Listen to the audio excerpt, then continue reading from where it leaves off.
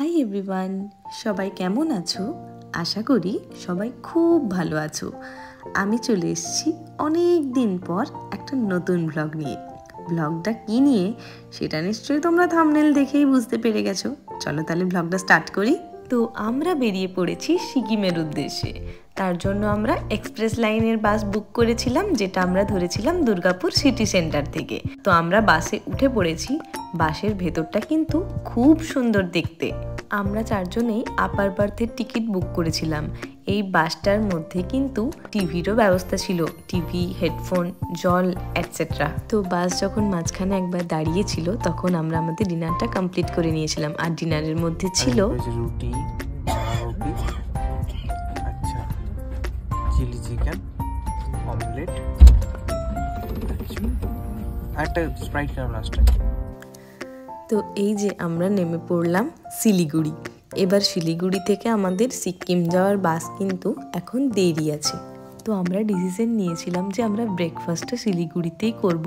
কিন্তু সকালটা যদি চা দিয়ে না শুরু হয় তাহলে তো গোটা দিনটাই কেমন একটা ইনকমপ্লিট রয়ে যায়, তাই না?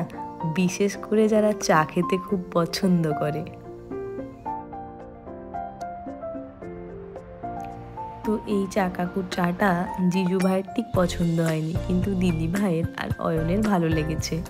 তারপরে আমরা নিয়ে নিয়েছিলাম বাঙালির এক অতি পরিচিত ব্রেকফাস্ট, সেটা হলো লুচি আর আলুর দম।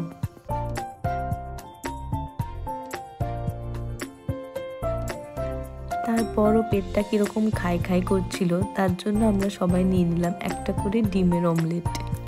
তারপর সিকিম যাওয়ার জন্য যে বাস স্ট্যান্ডটা ছিল সেখানে ওয়েটিং রুমে ওয়েট করতে করতে সবাই চা আর কোল্ড ড্রিঙ্কস খেলাম। এখানের চাটা কিন্তু সবার খুব ভালো লেগেছে।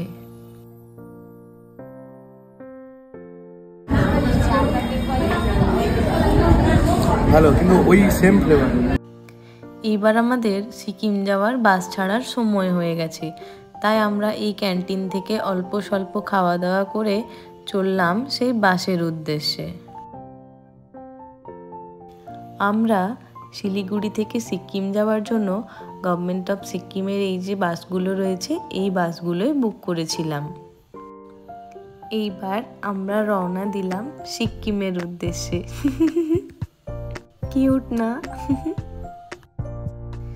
শিলিগুড়ি থেকে সিকিম যাওয়ার রাস্তাটা এতই সুন্দর যে কি বলবো। রাস্তার দুদিকে এত সুন্দর ভিউ, যা ভাষায় প্রকাশ করার নয়।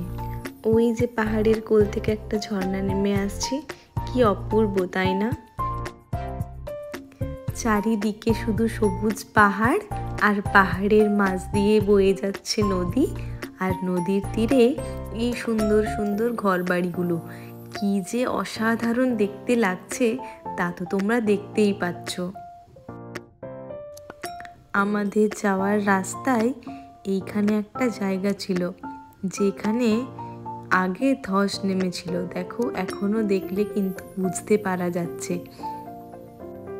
রাস্তার দুদিকে এইরকম অপূর্ব সুন্দর দৃশ্য দেখতে দেখতে আমরা এগিয়ে চলেছি সিকিমের দিকে।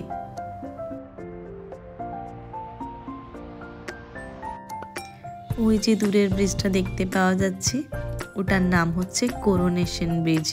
কি অসাধারণ সুন্দর দেখতে।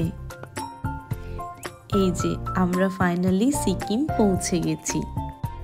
নেমে পর হোটেলে যাওয়ার রাস্তায় দেখতে পেলাম এই সাস্টেনেবল ডেভেলপমেন্ট গোলগুলো। সেই কমিউনিটি হেলথ নার্সিং 2-এ পড়েছিলাম। হোটেলে যাওয়ার রাস্তাতেই পেলাম সুন্দর একটা নার্সারি।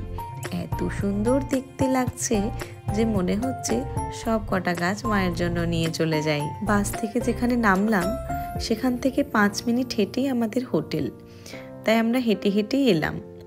হোটেলে ঢুকেই দেখতে পেলাম গনুকে, দেখি মনটা একদম ভালো হয়ে গেল।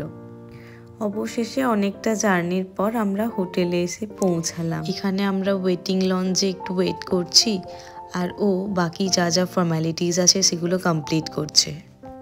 এবার রুমে যাওয়ার আগে এই ডাইনিংটা থেকে জানালার ভিউটা এত সুন্দর লাগছিল যে একবার না এসে থাকা গেল না। আর ये हमारा व्यू देख लीजिए। और यहाँ पे हम पारी कर रहे हैं। यहाँ पे हम ट्रिप उधर जाना है मेरे को, उधर वो वाला आइलैंड में जाना है मेरे को। অ্যান্ড ফাইনালি আমরা রুমে এসে পৌঁছে গেছি। রুমটা কিন্তু খুব সুন্দর ছিল। আমাদের রুমটা থেকেও কিন্তু জানালার ভিউটা দারুণ ছিল। বাড়িতে যদি এরকম একটা জানালার ভিউ থাকে তাহলে তো এমনিই সময় কেটে যাবে। এতটা জার্নি করার পর আমাদের চারজনেরই ভীষণ খিদে পেয়ে গেছিল, তাই আমরা ঝটপট ফ্রেশ হয়ে একদম খাবার নিয়ে বসে পড়েছি।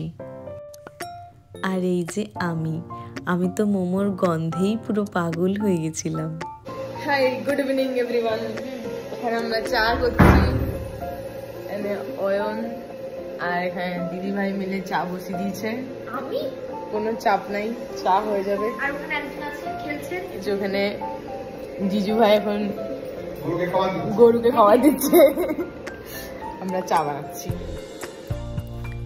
সন্ধেবেলা স্ন্যাক্স খাওয়ার পর এই শীতের আমেজে একটু চা না হলে চলে না।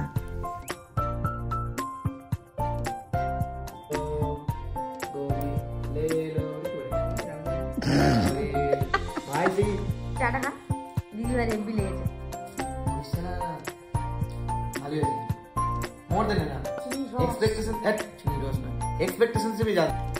এবার একটু আড্ডা দিয়ে আমরা ডিনারটা কমপ্লিট করে নিলাম, কারণ আমরা সবাই খুব টায়ার্ড ছিলাম। আজকের ব্লগটা এই অবধি, দেখা হচ্ছে নেক্সট ব্লগে। টাটা।